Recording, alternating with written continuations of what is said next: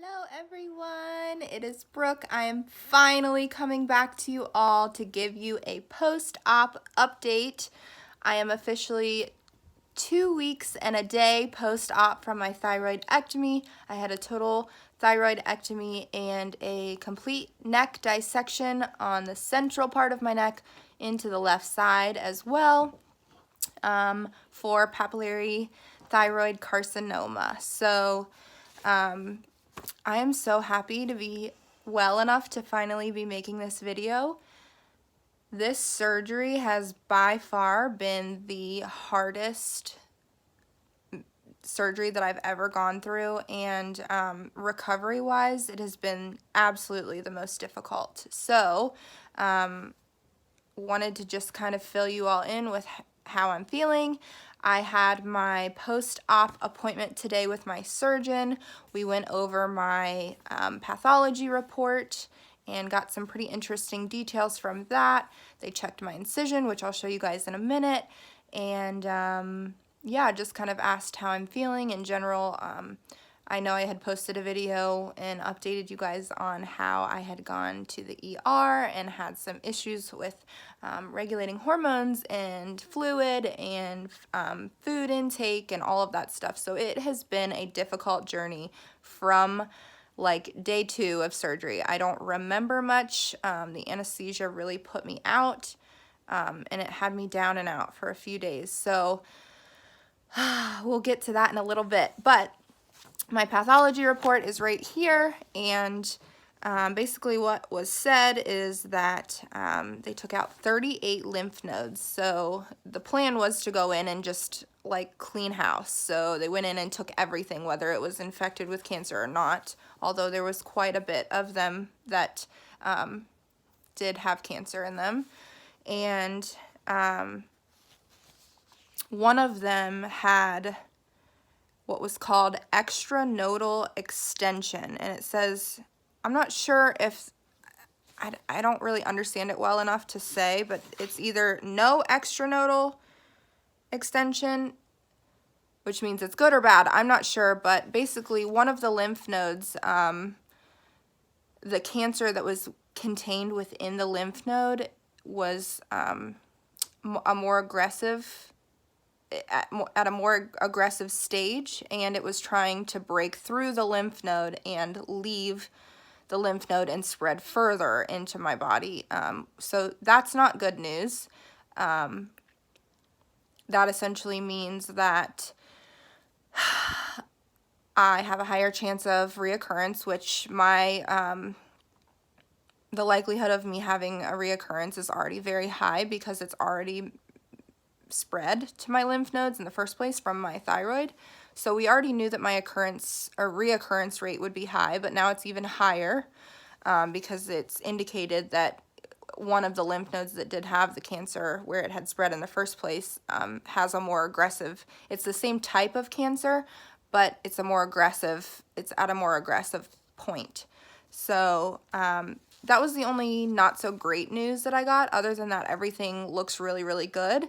And we already knew from the get-go that my doctor had said, you're 25 years old, you're more than likely going to have cancer again because it already has, it's metastatic, it's already spread. So it's most likely going to show its ugly face again sometime in my life, and we kind of knew that. So it's not great news to know that there's a more aggressive stage in one of the lymph nodes, but I'm happy that it was in only one of them, and we took it out, of course. So the next thing that we can do with that knowledge is to up my radioactive iodine dose. So we're going to hit me even stronger with that. Not looking forward to that, but I understand why that's needed to be done. So just ready to do that. And I'll get a full body scan or a PET scan before all of that is decided as well, to see and make sure that the cancer isn't in my lungs, liver, brain, any of that stuff. So that's still kind of scary. So I had a mental breakdown about that today. Lots of crying has been done these last few weeks. just huge adjustments. There's so much weight that is put on a person, especially when you're told that you have cancer. But not only that, but for me, that I have cancer right now, and that I am most likely going to have it again at some point in my life, and that this kind of is just the beginning of the road for me, and that it's something that I am going to have to deal with for pretty much forever. So that's really not great to hear, but it is what it is. So I have my moments. I've been a mess, to say the least, and I'm not gonna say that this has been easy at all. It's not been. I've had moments where I just can't deal with it, and you have to allow yourself to have those moments, because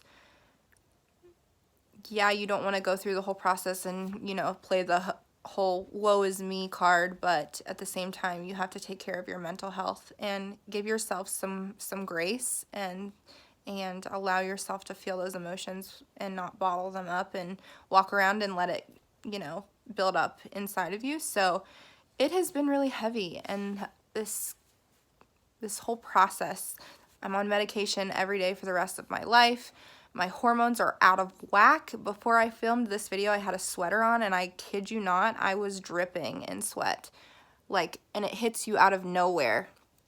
So, like, there's so many little things, and I think if anything, if I could change anything, it would be, I would have loved to be more prepared for the aftermath of the surgery hormonally, with eating and everything.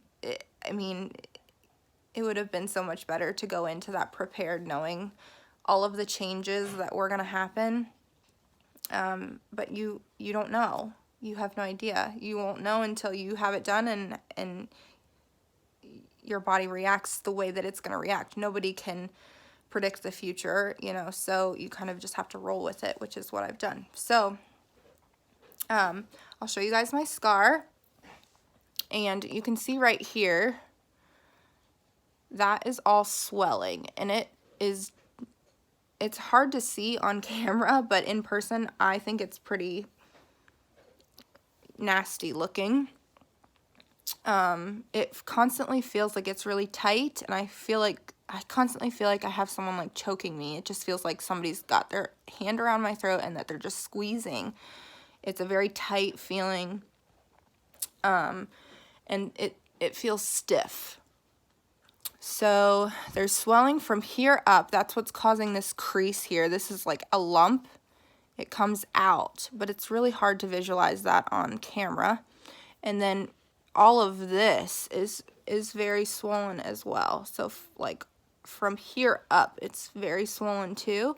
And I'm still having all of the numbness that I was having before. But one thing I am super happy with is my incision. I think it looks great. I'm super happy with it. I think that, you know, a year out from now, you're not even going to be able to notice it very well, which is cool. I'm happy about that. And then this, like, dark stuff up here is just some leftover glue that I can't seem to get off. So it's just going to have to work its way out. But yeah, if I have any recommendations for anyone, I would say, like, before your surgery, go and, like, have your family members meal prep for you. Get set meals that have the proper carbohydrates, fats, and proteins in them, and make sure you have them like at hand so that you can grab them out of the fridge, warm them up, and eat them, because I was so out of it that I wasn't getting the proper nutrition right after surgery. I was like, I needed someone there to basically give me and like hand me my food and be like, here, you need to eat, you need to drink. I just was so out of it and so like careless about it that I was like, I didn't care to eat, I didn't care to drink, I had no appetite. So if I have any recommendations, that would be what I would suggest to do before surgery. If you have the ability to do that, absolutely do it. So in 2 weeks I go for blood work, and then I will meet up with my radiation doctor, who will talk about dosing with me for my radioactive iodine. We're going to have to rediscuss that now, since we're going to have to up the dose more. And I'll be off of work at that time for quite a bit, and I'm just not sure exactly how long. But as of right now, I'm feeling really good. I'm doing most normal activities, but I get winded really easily. My heart rate isn't regulating itself correctly.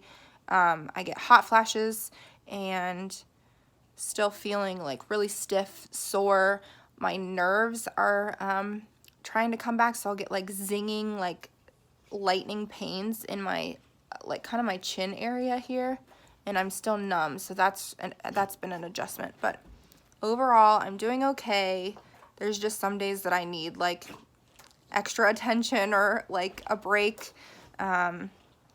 And everybody has been amazing at helping, and I just wanted to give you all an update and let you know that I am okay after that video that I did that was right post-op was so miserable. Oh my goodness, I truly was miserable, so that's why the video was the way that it was. But I just want to be real with you all and let you know, like, this has been a big struggle. And for all my people out there that are fighting thyroid cancer or metastatic thyroid cancer, keep fighting. It's a long journey. It's something that we have to deal with for the rest of our lives, and we're all in this together. And I am so excited about all of the relationships that I've made with you all since I've started this journey, and yeah, we just got to keep on fighting. So thank you to all my family and friends, and I will keep you updated as soon as I know more, once I get my blood work back, I guess. And yeah, I'm happy to be feeling this good and smiling through this video. So hopefully we move forward with more good news and no more setbacks, and we get the high dose of radiation and kick this cancer in the butt. So I'll talk to you all soon. Bye.